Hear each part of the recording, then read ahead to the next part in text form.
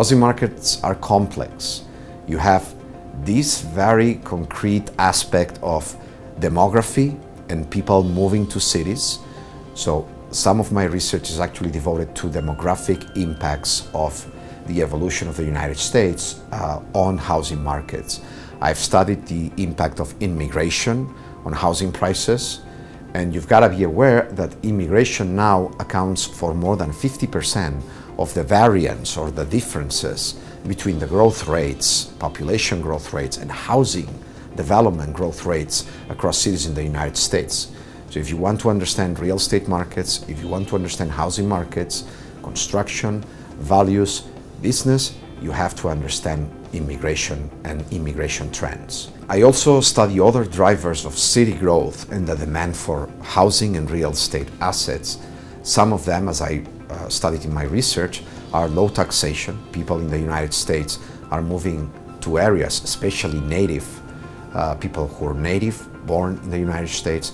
They're moving to areas with low taxes, and that's presumably because it's easier to make business and there are more jobs in those areas. A third factor that really matters for the evolution of urban growth and housing demand and the growth in the construction of housing across different metropolitan areas of the United States is actually education. So more educated cities are actually becoming much more productive, much more so than 30 years ago. So now the value of having an educated workforce is actually increasing, which means that highly educated cities such as Boston, Portland, Oregon, and San Francisco are actually growing much faster. Another important factor that's driving housing demand and population growth in the last 30 years, it's actually been good weather. It's similar amenity.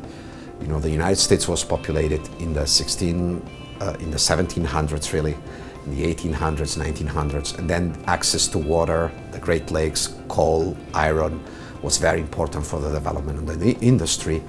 Those resources are not that important anymore, so that we're actually able and willing to move out of those areas in which these raw materials are very abundant, but where the weather is quite extreme. So people are moving away from extreme weather patterns, which means that states such as the Sun Belt states, like Arizona, Nevada, New Mexico, Texas, even Georgia and Carolinas, they're actually growing in population because, again, they're perceived as more attractive places for people to live and in terms of lifestyle.